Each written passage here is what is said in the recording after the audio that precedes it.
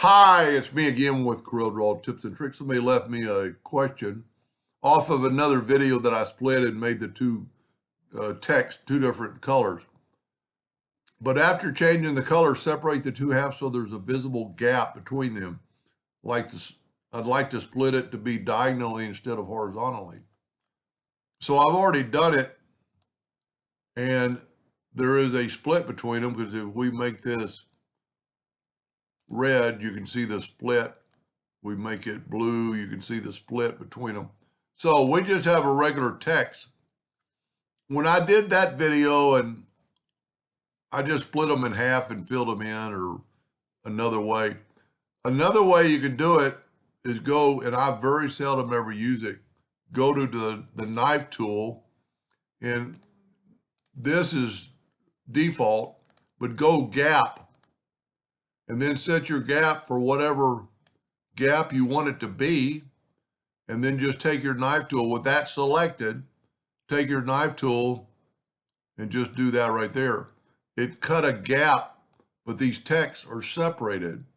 So you could make it blue, you could make that one red, and if we put a black box around it, you could definitely see that it is a definite gap because the gap is transparent and you can see through it.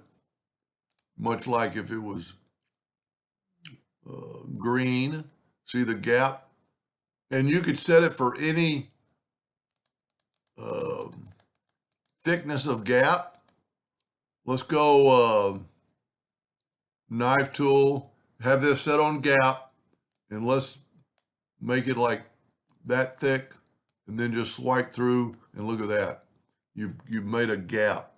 Now also, in this part, and this really only works if it's a outline. So while we're here, if you take your knife tool and you put overlap and you cut it, the pieces are, they're overlapped. I'll tell you what, let's do this. Let's make this one red and make this one yellow or green, and there is a overlap of those two colors. You can barely see it, but if we move the red out of the way a little bit, it's overlapped that much, which is whatever you had it set at 0.29. And we can let's test that.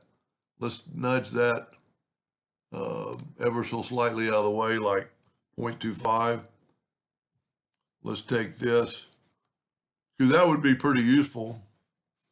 So let's take an indexing line and have it snap to there, and you don't want to move that.